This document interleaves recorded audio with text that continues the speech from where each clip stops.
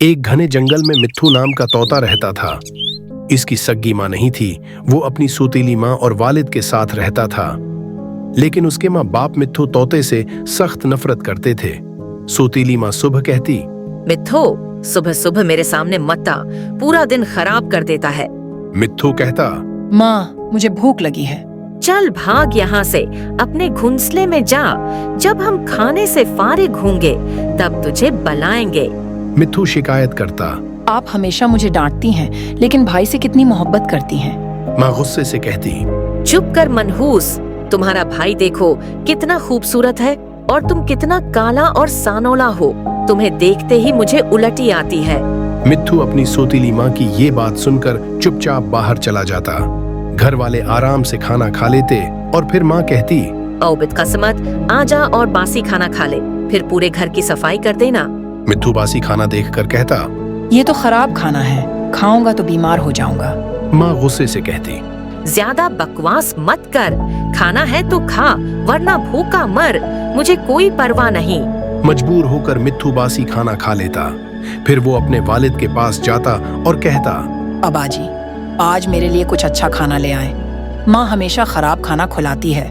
वालिद गुस्से से कहते, मेरे सामने से हट जा मनहूस। सुबह सुबह तेरा मनहूस चेहरा देख लिया, मेरा पूरा दिन खराब हो गया।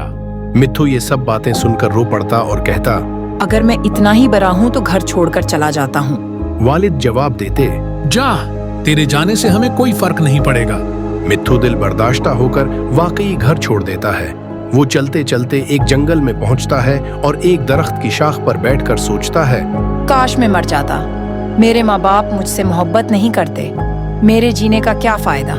कुछ दिन बाद मिट्ठू का भाई उड़ते उड़ते जंगल में आ जाता है। खूबसूरत होने की वजह से वो शिकारी की नजर में आ जाता है और शिकारी उसे पकड़कर पंजरे में बंद कर देता है। शिकारी मजीद परिंदे पकड़ने के लिए एक दरख्त के नीचे बैठ जाता है। वो बीड़ी सलगाने के लिए माचिस जलाता है और जलती हुई माचिस जमीन पर फेंक देता है।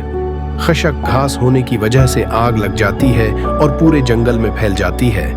शिकारी डर घबराकर अपना सामान और पंजरा छोड़कर भाग जाता है। मिट्ठू ये देखकर बगैर किसी डर के पंजरे के पास आता है और दरवाजा खोल देता है। दूसरे परिंदे आजाद हो जाते हैं, लेकिन मिट्ठू के पर जल जाते हैं।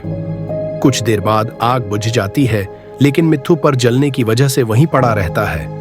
इसका भाई जल्दी से माँ बाप को वहां ले आता है। जब माँ बाप को सब बातें समझ आती हैं, तो वो अपने किए पर बहुत पछताते हैं। माँ रोते हुए कहती है, कितने जुल्म हमने तुम पर किए और तुमने हमारी जान बचाने के लिए अपनी जान खतरे में डाल दी। तुम्हारे जैसा बेटा और भाई दुनिया में कोई नहीं हो सकता, हमें माफ कर दो। लेकिन मिट्ठू हमेशा हमेशा के लिए इस दुनिया से जा चुका होता है।